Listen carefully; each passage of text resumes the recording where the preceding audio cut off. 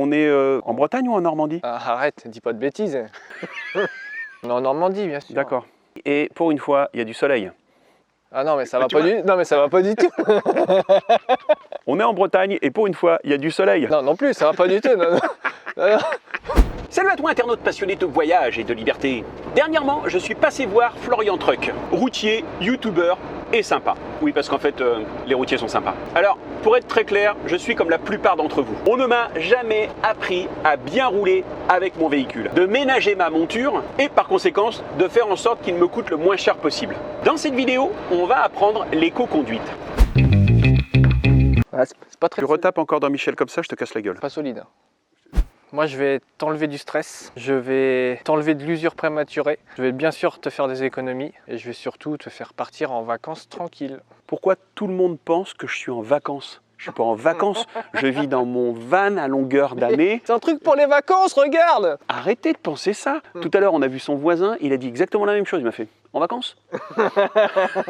La première chose à faire, déjà voir si ton véhicule est en bonne forme. Est-ce que tout va bien? On va regarder en premier lieu la pression des pneus. Très important de la faire à froid. Est-ce que ces pneus sont bien gonflés? Parce qu'un pneu mal gonflé, c'est un pneu qui te fait consommer. On ne gonfle jamais des pneus chauds. D'une, c'est très dangereux et ça fausse les pressions. Si c'est l'été et qu'il fait très chaud et tout. Ça, c'est pas grave. Quand tu roules, ton pneu chauffe et à ce moment-là, il ne faut plus le gonfler. Ça se passe dans la portière, c'est marqué là. À l'avant, c'est 4,1 bar et à l'arrière, 4,5. On est bon. Alors surgonflé, tu vas user la surface du milieu au niveau du pneu et sous-gonflé, c'est assez dangereux même d'ailleurs. Tu vas consommer, surtout tu vas tout user quoi. Tu vas user l'extérieur, machin bidule. Non mais il est vraiment dégueulasse. Hein. Ça va, c'est bon. C'est parfait. Ça peut paraître dégonflé, mais c'est que visuel. Si on te donne un gonflage, c'est pour qu'il soit respecté. Plus c'est fait souvent, mieux c'est. Comme on a préparé un petit peu cette vidéo avec Florian, avant que j'arrive chez lui, eh j'ai vérifié la pression de mes pneus. Je te le dis. Vas-y. J'étais à 3,6 à l'avant. Waouh, ça c'est pas bien par contre. Tu vois, Michel, tu le fais vieillir prématurément, c'est pas bien. Hein. Mais même mécanique? Ah bien sûr, puisque tu demandes à ton véhicule de plus tirer. Et un petit peu de respect pour Michel. Hein. Je recommencerai pas. Est-ce que le filtre à air est propre? Je suis en train de mettre Michel à poil là. C'est tout simple, c'est jamais compliqué. C'est souvent quelques petites vis à enlever. Tu casses, tu payes. Oh la pression! C'est ça. C'est un filtre qui filtre l'air, c'est tout. Il faut qu'il soit propre. Pourquoi? Tout simplement, hein, si tu cours avec un masque sur le bout du nez, c'est compliqué. Si Michel il roule avec un filtre à air sale, c'est compliqué pour lui. A priori, il a l'air d'être propre. Sur un véhicule comme ça, tu le ferais tous les combien de fois? Une fois l'année peut-être, ou deux fois l'année, ça dépend des terrains que tu pratiques quoi. Petite astuce pour retrouver l'endroit exact. Tu vois, j'ai juste fait une petite marque avec le doigt ici. J'ai fait la même sur Michel là, tout simplement. Et on referme. Donc ça dans la vie de tous les jours, ça te prend un quart d'heure. Avec Philippe, ça prend 3 quarts d'heure. Pourquoi ça prend 3 quarts d'heure? Parce que le temps qu'on filme et qu'on machin bidule et que tu sois chiant et que t'aies peur pour Michel et... Franchement, vous êtes drôles tous là. Vous voulez des vidéos de qualité, vous voulez tout comprendre. Ben oui, ça prend du temps de faire les films. Comme à la DDE. Regarde, à qui travaille, l'autre qui regarde. Mauvaise langue attitude. Voilà, on peut partir sereinement. Bon, évidemment, un moteur bien entretenu, avec des révisions dans les temps, un niveau d'huile toujours correct, ça permet évidemment de moins consommer et de moins polluer. Opération numéro 1, c'est moi qui conduis. Quand je démarre mon van, surtout l'hiver, je le laisse tourner longtemps. Ça sert à rien. L'idée en fait, quand tu démarres ton véhicule, quel que soit le véhicule, ta voiture, ton camion ou ton super gros camion ou quoi, c'est de lubrifier le moteur. Par contre, après quand tu décolles, là on va partir moteur froid, tranquille, on respecte la mécanique, que le moteur chauffe tranquillement. Ok, ça tourne là, ça tourne derrière. Alors, ceinture de sécurité, je mets au point mort, j'appuie bien sur l'embrayage, je freine avec mon pied, je démarre le véhicule. Le véhicule est démarré, j'enlève le frein à main. En tout cas, il est à la fin de sa vie. J'enlève la radio, j'allume la CB, on ne sait jamais si on croise des abonnés. Canal 19 AM les amis, Canal 19 AM. Il est déjà en train de se marrer. Et j'ai déjà vu plein de choses. Je te donne mes interrogations quand je roule. Ça te va? Ouais. Je roule à 50. Quand je sors de la ville, j'essaye d'accélérer un peu, mais pas trop. Une fois que j'ai les 80 km/h, moi j'adore rouler avec le régulateur de vitesse. Je me mets en 6e et je roule. Alors c'est une très bonne chose. T'empêche de faire le yo-yo. Tu maintiens une vitesse de croisière, on appelle ça, et c'est très très bien. Là, on arrive sur une voie rapide. On peut monter à 90. Avec le régulateur de vitesse, je monte tout doucement et j'envoie à 90. Là, c'est très bien ce que tu viens de faire aussi. Et hop, je suis à la cool. Voilà, Et je laisse faire Michel. voilà. Là, je vais te donner un petit indice. On arrive en sommet de côte. Il y a quelque chose que tu pourrais faire. Bon, non, moi je laisse le régulateur de vitesse et je laisse rouler, quoi. Ouais, d'accord. Là, tu dois maintenir le 90 dans le bas de la côte. Alors, oui, si. Là, je vais rétrograder. Je me mets soit en 5, soit en 4. Vu que ça descend beaucoup, je me mets en 4. Bon, je vais être obligé de, je vais être obligé de freiner parce que ça descend vraiment fort. On aurait peut-être pu lâcher l'accélérateur avant le sommet de côte. Alors, ce qui est intéressant, c'est comment tu freines. Tu freines bien.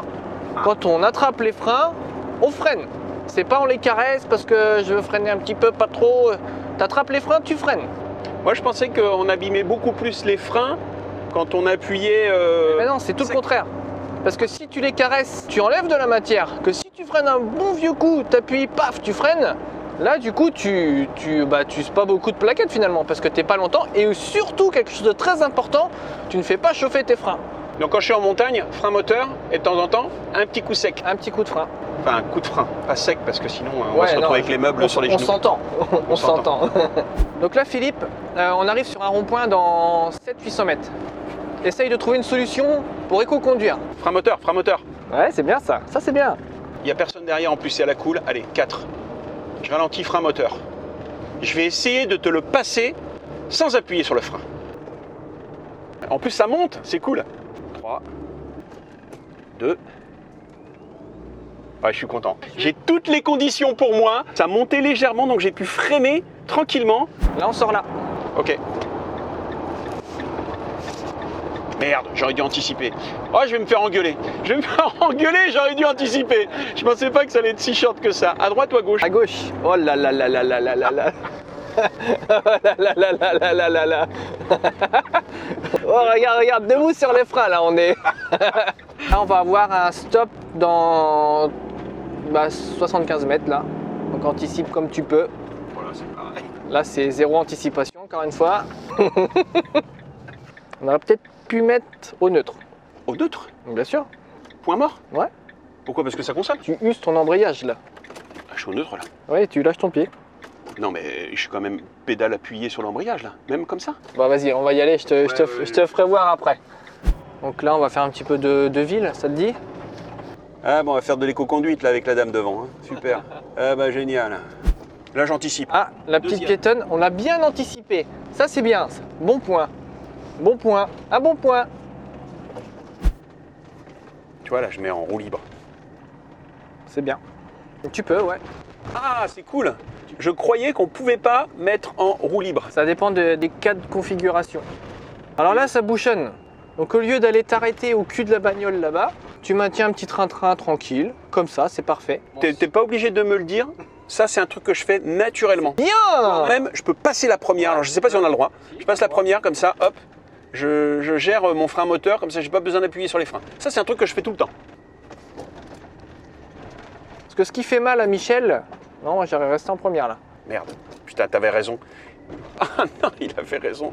Ce qui fait mal à Michel, c'est de s'arrêter. À chaque fois que tu lui demandes de redémarrer, tu lui dis de partir à zéro, mais Michel, il aime pas partir à zéro parce qu'il est fait pour rouler, lui. Il n'est pas fait pour partir de zéro. Et le stop, t'en as fait quoi là? Il n'y a pas de stop. Ah bah si, il n'y a pas un stop. Oh putain. Alors, malheureusement, là, je vais pas te mettre, c'est le cas de le dire, un carton rouge parce que malheureusement, on peut pas faire grand chose au feu rouge. C'est la loterie. Un coup ça passe, un coup ça passe pas. Ah, merci. Quand même. Faudra qu'on en parle des rapports de vitesse parce que là, je suis à 50 en quatrième. Est-ce que c'est une bonne idée? Là, t'es bien là. J'essaye d'avoir un régime moteur entre 1005 et 2005. Là, t'es plutôt bien. Bon, il n'y a pas que du mauvais. Il n'y a pas que du mauvais. Non, t'as plutôt une bonne conduite quand même. Ouais, c'est pas mal. On est quand même pas loin de la conduite parisienne. On en est pas loin. Hop, là t'as accéléré, pourquoi? Ça descend en face de toi. Mais oui, mais je parle en même temps. Oh, je suis en 2 là. Alors, là le moteur fait beaucoup de bruit. Ça peut faire peur, mais finalement il n'y a rien de mal. C'est juste tu utilises le frein moteur. Alors là on est limité à 70, on va peut-être pouvoir en engager une à un moment donné. Là, limite, t'aurais pu en engager 2 même. Ouais. Sans accélérer, pourquoi t'accélères? En fait, je me rends pas compte. Mais comme beaucoup, on prend des mauvaises habitudes et on s'en rend plus compte. Rond-point. Ah, mon pauvre Michel. T'inquiète pas, je vais te faire du bien tout à l'heure. Je suis en train de me faire humilier par Florian Truck. J'anticipe. 4. J'anticipe un peu trop tôt. Non, non, c'est bien. N'accélère pas, hein. Ouais, mais là, tous les gens qui sont derrière, ils disent putain, il avance pas le mec, il avance pas, il roule comme Florian Truck avec son gros camion qui fait des super scores des co-conduites. Et voilà, on l'a, ça y est, on l'a eu. Là. Mais oui, mais je roule comme si j'étais un poids lourd. Là, on est bien, là, regarde. Mais je roule comme si j'étais un gros cul. Merde, tiens, j'oublie lui. C'est pas mal. Il y a du bon, il y a du bon. C'est quoi les trucs qu'on pêchait chez moi? C'est sans heure en train de changer de vitesse, ça c'est pas bon. Au niveau des ronds-points, tout ça, t'as vraiment très mal anticipé les choses. Sinon, je t'ai vu utiliser le régulateur, je t'ai vu accélérer fort, aller chercher ta vitesse de croisière assez rapidement, ça c'est bien. T'as des bonnes bases, mais lâche l'embrayage, s'il te plaît, lâche l'embrayage. Maintenant, c'est lui qui va prendre le volant et qui va me montrer comment on fait une bonne conduite. Même pas peur. Quand je connais pas les routes, j'utilise mon GPS pour tout anticiper. C'est-à-dire, je vais anticiper un rond-point, je vais anticiper une entrée de bourg, je vais anticiper aussi les virages avec mon GPS. Oh, la puissance de Michel. Bon, un stop, on le stoppe, mais un céder le passage, on le stoppe pas. On n'arrête pas Michel, hein, céder le passage. Ah oui, mais s'il y a une voiture. Ah bah bien sûr. Mais on arrive doucement et on essaye de pas s'arrêter. Là, le feu rouge, il est rouge. Hop, on est déjà dans l'anticipation. Et là, neutre, on lâche l'embrayage, Philippe. S'il te plaît, lâche-moi cet embrayage. Mais même quand j'ai le pied sur l'embrayage? Bah bien sûr, ton embrayage il est en action, c'est très très mauvais. Donc, tu vois, mon GPS, il vient de me dire que dans 400 mètres, j'ai un rond-point. Hop, 4e, je lâche. Et je suis à 300 mètres du rond-point encore. On lâche. Un petit coup de 2. Et Michel, il a pas freiné dans le rond-point. Et là ça monte, on écrase. Et on va chercher la vitesse de croisière. Là, quoi qu'il arrive, on va consommer. C'est obligé, ça monte. Vaut mieux accélérer un peu que d'y aller tout doucement, tout doucement, tout doucement. Bien sûr, il faut pas accélérer comme un bourrin, quoi, mais tu peux vraiment y aller quand même. C'est bien d'aller chercher sa vitesse de croisière et de la maintenir, toujours. Donc là, pareil, encore un rond-point devant. Hop, il n'y a personne. Tac. Moi, je me suis pas arrêté. J'ai glissé le rond-point. Et si tu as remarqué, je crois que je n'ai toujours pas freiné depuis tout à l'heure. Je ralentis, il y a un dodane. 3e, tranquille. Et pourtant, je roule. J'ai une allure qui est plutôt respectable. Hein. Je suis pas une tortue. Hein. Tu vois, lui, je sais pas où il va. Hop, voilà. Il prévient pas. Lui m'a obligé de freiner. L'éco-conduite, ça se résume au mot anticipation. On doit absolument tout anticiper. Regarde la voiture devant, elle hésite, elle sait pas où aller. Tu vois, regarde le mec, hop, ça y est, il s'en va là. Mais tout de suite, il savait pas. Moi, j'ai attendu derrière, j'ai pas été me coller à son derrière. Ça sert à quoi? À rien. Regarde, tu vois, là, je lâche, je touche plus à rien, je consomme rien. Lorsqu'on est en roue libre, on consomme la même chose que lorsque notre véhicule est à l'arrêt, avec le moteur qui tourne, évidemment. Par contre, quand on utilise le frein moteur, on consomme rien. Rien de chez rien. Rien, je te dis. Rien. Devant, j'ai un feu rouge. Hop, 50 mètres avant, tu lâches la pédale. Parce que tu sais pas ce qui va se passer. Tu sais pas s'il va passer orange, tu sais pas. Donc au lieu que d'arriver sur le feu rouge, j'ai vieux coup de frein. Tu lâches légèrement avant. Là, je suis en frein moteur. Je suis en 4e, je touche à rien. J'ai lâché 10 km/h. J'ai accepté, parce que ça c'est dur dans la tête des gens. J'ai accepté de perdre 10 km/h pour prévenir le feu. Voilà, je suis toujours à 40. Est-ce qu'il va passer orange ou pas? C'est bon, on passe au vert. Voilà. Maintenant, je vais aller rechercher ma vitesse de croisière. Là, il y a une grande descente. Toi, quand tu étais là tout à l'heure, tu es parti comme une balle. Je t'ai vu accélérer. Regarde, 3e, on maintient, tranquille.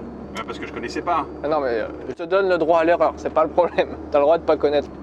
Tu vois, j'ai mis un petit coup de frein parce qu'on n'a pas le choix. On va être obligé de freiner encore un peu plus loin. Là, ici, c'est limité à 70 après le virage. Là, je n'accélère pas, ça sert à rien. Ici, c'est 50. On arrive au moment où c'est 70. On met la 4, mais je suis même pas sûr que c'est nécessaire. Parce qu'il y a le rond-point en bas. Tu vois. Et là, je ne vais pas aller caresser le frein comme ça. Est-ce que je freine, est-ce que je freine pas? Tu prends le frein, tu l'attrapes, tu freines. Tac. Voilà. Parce que si tu le caresses, si tu joues, tu sais pas trop machin, ça le fait chauffer et il n'y a rien de plus mauvais. Voilà, tu le fais gueuler le moteur. C'est pas grave, c'est pas du tout un problème de le faire gueuler. Et on va rechercher la vitesse de croisière. Moi je vais mettre en roue libre là maintenant parce que ça monte un petit peu. Si tu le laisses en prise avec une vitesse, bah, tu as la force du moteur qui le retient. Donc moi j'ai besoin d'aller au rond-point, j'ai pas envie de réaccélérer. Je le mets en roue libre, comme ça il garde plus d'inertie pour aller vers le rond-point. Parce que sinon il n'y aurait pas été tout de suite. Regarde. Je me mets une petite 2. Je regarde s'il y a du monde. Bien avant.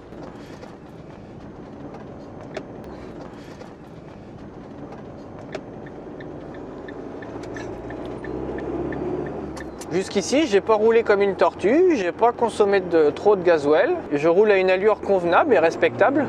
J'ai pas embêté les gens qui sont derrière moi. Ok, là on est sur une voie d'accélération. On y va, on envoie la patate? Ouais, on va chercher la vitesse de croisière. Hop, 6e, je l'ai. Tac, terminé. On maintient la vitesse de croisière jusqu'à destination. Au panneau, c'est 70. Hop, voilà. Et au bout, il y a un rond-point. J'arrive un peu vite. Tiens, regarde, on a l'exemple, j'arrive un peu vite là. Hop. 4e, on n'hésite pas, 4e, 2e, hop. Et là on va encore pas freiner, s'il vient personne, on va pas freiner. Et on engage à 3, on passe. Ah j'aurais freiné moi, j'aurais freiné. Toi tout à l'heure t'as freiné. Là tu vois il y a du monde, je lâche. Michel il roule sur ses roues sans que je lui demande rien. Voilà regarde, il s'en va tout seul. Plutôt que de freiner, tu redémarres, tu refreines. Pour Michel, c'est dur ça. Ça te fait consommer beaucoup de gasoil. Si tu as des bouchons, essaye de rester derrière à une allure constante. Tu prends de la distance, tu mets 50 mètres, c'est pas grave, et tu roules. Tout doucement comme ça. Tu fais défiler. Si on parle de sur-régime, sous-régime, Ouais. est-ce que ça consomme ou pas? Ouais. Tout régime consommation, puisque forcément tu vas demander à Michel dans une vitesse non adaptée d'accélérer. Ah bah sur régime consommation, Michel il est à fond au taquet. Il tire la langue, à vue d'œil comme ça, allez je te dirais 1003, 2002 je pense. Il y a peut-être des professionnels qui pourront y répondre en commentaire. Et oui parce qu'il faut chatouiller les algorithmes les amis, c'est très important. Le petit pouce et voilà. Et Florian il n'a rien anticipé.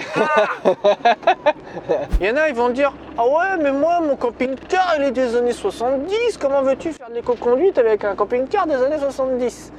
Eh ben tu regardes ta consommation actuelle, tu remets le truc à zéro et tu appliques à peu près ce que je viens de faire. Ben, tu verras que tu auras quand même éco-conduit avec un camping-car des années 70. Oh, et il est en train de m'envoyer des smiley cœurs Michel, c'est un truc de fou. Ah dis donc c'est marqué, je te veux comme conducteur. Oh, t'as vu ça? S'il y avait un mot pour résumer l'éco-conduite, ce serait quoi? Anticipation. Alors là c'est le maître mot. Amusez-vous à vous dire, voilà, mon réservoir il est vide, j'ai plus de gasoil et j'ai plus de frein. Qu'est-ce que je fais? Si tu te dis ça dans ta tête tout le temps, tu vas éco-conduire. On a tourné cette vidéo il y a à peu près 1 mois et demi. Je suis quand même assez fier parce que depuis que je pratique, je suis quand même descendu en dessous des 9 litres. Et même en montagne. J'apprends tout doucement mais sûrement. Bon, faut bien avouer que changer ces petites habitudes, ces mauvaises petites habitudes, eh ben c'est pas facile. En fait, elles reviennent très vite au galop dès que tu es un petit peu moins vigilant. Anticiper, ça demande un peu de concentration. Voilà les amis, j'espère que cette vidéo vous a plu. N'hésitez pas à la liker, à la partager sur les réseaux sociaux et si vous ne l'avez pas encore fait, abonnez-vous à cette chaîne. Allez, à plus, salut, ciao. Ah oui, il fait des cœurs. Regarde, il dit je te veux, je te veux.